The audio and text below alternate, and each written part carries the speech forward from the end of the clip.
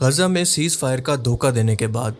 دھوکہ اس لیے کہ سیز فائر کے اعلان کے 10 دن کے اندر 97 فلسطینیوں کو اسرائیل نے اب تک شہید کر دیا ہے، اور اسرائیلی ڈیفنس منسٹر ٹی وی پر آ کر یہ کہہ رہا ہے کہ اب ہمارے ہوسٹیجز کیونکہ ہمیں مل چکے ہیں تو اب ہم فلسطین کو فلسطینیوں کے لیے جہنم بنا دیں گے۔ خیر، اب اسرائیل کو بہت اچھا موقع مل چکا ہے کہ امریکہ کی مدد سے ان ملکوں کو پریشرائز کر کے ان کو ابراہیم اکارڈ یعنی ابراہیمک معاہدے کے اندر شامل کرے، ایسے مسلم ملکوں سے اسرائیل کو تسلیم کروائے جن کے بارے میں سوچنا بھی ممکن نہیں تھا، اور اس کی سب سے بہترین مثال سعودی عربیہ اور پاکستان ہے۔ I hope that every one of the countries that we're seeking, Jared, I hope they join quickly. No games, no nothing. Just join, get it. It's going to be a great peacemaker. اور میں یہ باتیں ہوا میں نہیں کر رہا بلکہ آپ کو باقاعدہ اس کے ثبوت دکھاؤں گا۔ یہ ہے پاکستانی سینیٹر ایمل ولی خان کی حالیہ تقریر۔ اور اس 20 نکاتی پوائنٹ کے بعد فوراً میری یہ بات یاد رکھے کہ آپ کے ملک والے یہ بھی شاید مان چکے ہوں، سعودی عرب بھی، کہ جو ابراہیم اکارڈ تھا کہ بھئی آپ اسرائیل کو تسلیم کرو اور اب سب چلے گا۔ یاد رکھو میری یہ بات۔ اور یہ ہے ایئر وائی نیوز کی خبر جس کے مطابق ڈونلڈ ٹرمپ نے باقاعدہ یہ اعلان کر دیا ہے کہ بہت جلد سعودی عربیہ ابراہیمک اکارڈ کے اندر شامل ہونے جا رہا ہے۔ امریکی صدر ٹرمپ کا ابراہم معاہدے کی جلد توسیع کا اندیا ابراہم معاہدے کی جلد توسیع کی توقع رکھتے ہیں، یہ کہتے ہیں امریکی صدر ڈونلڈ ٹرمپ۔ انہوں نے یہ بھی کہا کہ سعودی عرب بھی جلد ابراہم معاہدے میں شامل ہوگا۔ چاہتا ہوں سعودی عرب معاہدے میں شامل ہو، سعودی عرب ابراہم معاہدے میں شامل ہوگا تو سب شامل ہوں گے۔ اور جہاں تک پاکستان یعنی دنیا کی اکلوتی مسلم نیوکلیر ریاست کی بات ہے تو جس طرح سے غزہ کے حق کے اندر حالیہ دنوں میں احتجاج کرنے والے لوگوں کو چن چن کر نشان عبرت بنایا جا رہا ہے، اس سے بالکل صاف ہے کہ یہ لوگ قائد اعظم کے اس فرمان اور نظریے کو دفن کر چکے ہیں کہ پاکستان اسرائیل کو کبھی تسلیم نہیں کرے گا، پر پاکستان کو کھانے والے اس کو اندر سے تسلیم کر چکے ہیں۔ اب پہلے یہ سمجھتے ہیں کہ یہ ابراہیم اکارڈ ہے کیا۔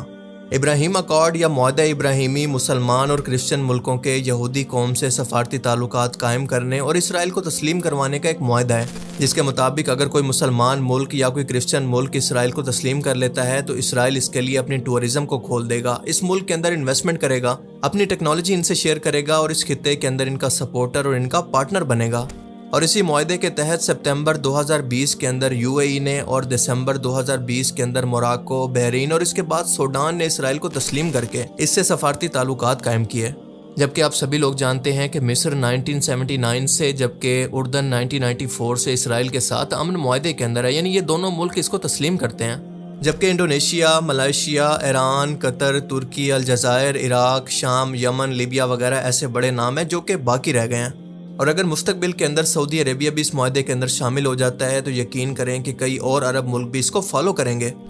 دیکھیں، سعودی عربیہ، یو اے ای، قطر، بحرین اور باقی اس طرح کے عرب ملک امریکہ کے پریشر کے اندر آ کر ایسا کر رہے ہیں، وہ اپنے ملک کے اندر امن چاہتے ہیں، اور اگر امریکہ کی بات نہیں مانی تو ان کے ملک کے اندر ڈیموکریسی خطرے میں پڑ جائے گی بقول امریکہ کے۔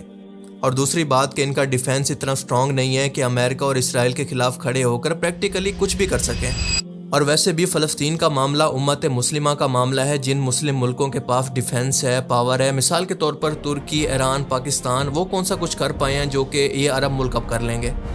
کہنے کا مطلب یہ ہے کہ اگر فلسطین کے معاملے پر مسلمان امت کو واقعی کچھ کرنا ہے تو سب سے پہلے ان 3 مسلم ملکوں کو آگے بڑھ کر مسلمان امت کو لیڈ کرنا ہوگا، کسی ایک ملک کو بلیم کرنے کی بجائے امت مسلمہ کو اکٹھا کرنا ہوگا اس فلسطین کاز کے لیے، ورنہ کسی ایک عرب ملک کو آگے کر دینے کا مطلب ہے اس کی قربانی دینا۔ اس معاہدے کا نام ابراہیمی معاہدہ اس لیے رکھا گیا ہے کہ اسرائیل کے مطابق وہ ابراہیم علیہ السلام کی نسل سے ہیں، اور مسلمان کرسچن بھی کیونکہ اسی ابراہیم کی شاخ سے ہیں، ان تینوں کا دادا، ان کا اوریجن کیونکہ ایک ہی ہے، تو ان کو ایک دوسرے کو تسلیم کر کے ایک دوسرے کے ساتھ امن سے رہنا چاہیے، ایک ساتھ آگے بڑھنا چاہیے، کیونکہ ان کے اندر بالکل معمولی سا فرق ہے۔ ویسے تو یہ ایک ہی ہیں کیونکہ یہ ابراہیم علیہ السلام کی تعلیمات کو ماننے والے ہیں۔ اب یہ یہودی قوم کا کتنا بڑا دھوکہ ہے پوری دنیا کے مسلمانوں اور کرسچنز کو، یہ میں نہیں بتاؤں گا بلکہ قرآن آپ کو بتائے گا۔ اللہ تعالیٰ نے 1400 سال پہلے قرآن کریم کے اندر یہود کے اس دھوکے کو اتنے واضح انداز کے اندر بیان کیا ہے جیسے یہ آج کے دور کی بات ہو رہی ہو۔ اور اس کے علاوہ اللہ کے رسول صلی اللہ علیہ وآلہ وسلم کے توسط سے امت کو بتا دیا گیا کہ یہ یہود آج جتنی مرضی امن کی باتیں کر لے، لیکن یہ ہر صورت قرب قیامت کے قائم ہونے سے پہلے تم سے آخری جنگ عظیم کریں گے، اور یہ یہود و نصارہ تم سے کبھی راضی نہیں ہوں گے چاہے تم جتنا مرضی کوششیں کر لو۔ یہود و نصارہ جو کہ اینڈ ٹائمز کے اندر ایک دوسرے کے ساتھی ہوں گے، ان کی مسلمانوں کے ساتھ جنگ کی پیشن گوئی ابھی تک پوری نہیں ہوئی، لیکن اس سے پہلے نبی کریم صلی اللہ علیہ وآلہ وسلم نے جو بھی امت کے لیے اس طرح کی پیشن گوئی کی تھی وہ حرف بحرف سچ ثابت ہوئی۔ مثال کے طور پر آپ صلی اللہ علیہ وآلہ وسلم کی وفات کے بعد مسلمانوں کا روم اور فارس کی سلطنت کو فتح کرنا، ترکوں سے یعنی منگولوں سے جنگ کرنا اور اس کے بعد فتح حاصل کرنا، اور اس کے بعد اب وہ وقت جو کہ ابھی آنا ہے، اس پیشن گوئی کے مطابق مسلمان امت کو یہودی قوم یعنی فتنہ دجال کی فوج سے ابھی جنگ کرنا باقی ہے۔ اوپر سے یہ لوگ جتنا مرضی امن کی باتیں کر لیں، لیکن اندر سے یہ دن رات اس کی تیاری میں لگے ہوئے ہیں، اپنے بچوں کو اس کے لیے تیار کر رہے ہیں۔ لیکن ہم مسلمانوں کو اپنے اپنے مسائل کے اندر اس طرح سے الجھا دیا ہے کہ مسلمان امت کا اس طرف دھیان ہی نہ جائے۔ اسرائیل اس وقت ابراہیمک ریلیجن کے نام کی ایک کامن ٹرم پر کام کر رہا ہے، یعنی دراصل امت مسلمہ کو دھوکہ دینے کی کوشش کر رہا ہے کہ ان تینوں مذاہب کے اندر بس معمولی سا فرق ہے، باقی تو یہ سب ایک ہی ہیں، اور یہ تینوں ہی اپنے جد ابراہیم علیہ السلام کی تعلیمات کو فالو کرنے والے ہیں۔ اور یہ کتنا بڑا دھوکہ ہے، آئیے اس کو ڈیٹیل میں سمجھنے کی کوشش کرتے ہیں۔ آپ ذرا اس سیکوینس کو سمجھنے کی کوشش کریں کہ اللہ پاک نے قرآن کریم کے اندر بار بار مختلف قوموں کے واقعات بیان کر کے فرمایا کہ کس طرح سے اللہ کے احکام کی نافرمانی اور کفر و شرک پر قائم رہنے کی وجہ سے بڑی بڑی قوموں کو تباہ کر دیا گیا۔ مثال کے طور پر قوم عاد، قوم سمود، قوم نوح، قوم صالح، قوم لوط، اور اس طرح کی بہت ساری مثالیں موجود ہیں۔ لیکن کیا آپ جانتے ہیں کہ اللہ تعالیٰ کی ایک ایسی نافرمان قوم آج بھی دنیا کے اندر موجود ہے جس نے اپنی ہدایت کے لیے آنے والے اللہ کے پیغام، اس کے حکم کو بار بار جھٹلایا اور اپنی طرف بھیجے گئے پیغمبروں اور رسولوں کو قتل تک کیا، اور ابھی تک وہی کچھ کر رہے ہیں، لیکن ابھی تک ان کو اس کا بدلہ اس عذاب کی صورت نہیں ملا جو کہ اس سے پہلی قوموں کو نافرمانی پر دیا گیا تھا، یعنی قوم بنی اسرائیل یا قوم یہود۔ اور قرب قیامت تک یہ قوم دجال کا ساتھ دے کر اسی طرح سے ہٹ درمی پر قائم رہے گی، اور اسی وجہ سے اس نافرمان قوم پر مسلمانوں کے ہاتھوں قرب قیامت سے پہلے عذاب آنا ہے۔ حضرت نوح علیہ السلام اور حضرت ابراہیم علیہ السلام کی شخصیت اور زندگی کے اندر ایک چیز کامن ہے، جسے اللہ نے سورہ حدید کی آیت نمبر 26 کے اندر اس طرح سے بیان کیا: اور بے شک ہم نے نوح اور ابراہیم کو بھیجا اور ان کی اولاد میں نبوت اور کتاب بھی رکھی، تو ان کے اندر کوئی ہدایت یافتہ ہے تو ان میں سے بہت زیادہ تعداد کے اندر فاسق ہیں۔ یعنی اللہ فرماتا ہے کہ جس طرح سے نوح علیہ السلام کی قوم کو ان کی ہدایت کے لیے بھیجا گیا تھا، ان کو صحیفے عطا کیے گئے تھے، لیکن ان کی پوری قوم کفر و شرک پر جمع ہو گئی سوائے چند لوگوں کے، تو اس قوم کو تباہ کر دیا گیا، ایک بڑا سیلاب ان کو بہا کر لے گیا۔ سیم اسی طرح کا معاملہ حضرت ابراہیم علیہ السلام کی قوم کے ساتھ بھی ابھی ہونا ہے، کیونکہ حضرت ابراہیم علیہ السلام کی اولاد حضرت اسماعیل اور حضرت اسحاق سے آپ کی نسل آگے بڑھی۔ حضرت اسحاق سے جو قوم آج بھی اللہ کو ایک ماننے والی موحد قوم ہے، ہدایت یافتہ قوم ہے، وہ مسلمان ہے، جبکہ اللہ جن باقی قوموں کو فاسق اور کفر و شرک پر قائم رہنے والی گناہ گار قوم کے طور پر بیان کر رہا ہے، وہ دراصل ابراہیم علیہ السلام کی نسل سے یہودی اور کرسچن قومیں ہیں، جو کہ شروعات میں تو مسلمانوں کی ہی طرح ایک اللہ کو ماننے والی موحد قوم تھی، لیکن وقت کے ساتھ ساتھ کرسچنز نے حضرت عیسیٰ علیہ السلام کو اللہ کا بیٹا کہہ کر شرک کرنا شروع کر دیا، تو یہودی قوم نے حضرت عزیر کو اللہ کا بیٹا بنا لیا، معاذ اللہ۔ یعنی قرآن کریم کی یہ ایک آیت پورا کانٹیکسٹ، پورا بیک گراؤنڈ رکھتی ہے۔ اس کا مطلب یہ ہے کہ اللہ پاک خود فرما رہا ہے کہ یہود و نصارہ جو کہ زیادہ تعداد کے اندر ہے، ہدایت یافتہ نہیں ہے، تو آپ بتائیں کہ یہ تینوں ایک کامن ریلیجن یعنی ابراہیمک ریلیجن کے ماننے والے کیسے ہو سکتے ہیں؟ اور یہ کہنا کتنا بڑا جھوٹ، کتنا بڑا دھوکہ ہے، کتنا بڑا فراڈ ہے، کیونکہ ان لوگوں کا ابراہیم علیہ السلام سے یا ان کی تعلیمات سے کوئی تعلق نہیں ہے۔ جس طرح سے نوح علیہ السلام کا بیٹا کفار کے ساتھ مل کر نافرمان ہو گیا تھا اور اسی پانی کے اندر ڈوب کر مر گیا تھا، تو اللہ تعالیٰ نے فرمایا کہ نوح وہ تمہارا بیٹا کبھی تھا ہی نہیں، تمہارا اس سے کوئی تعلق نہیں۔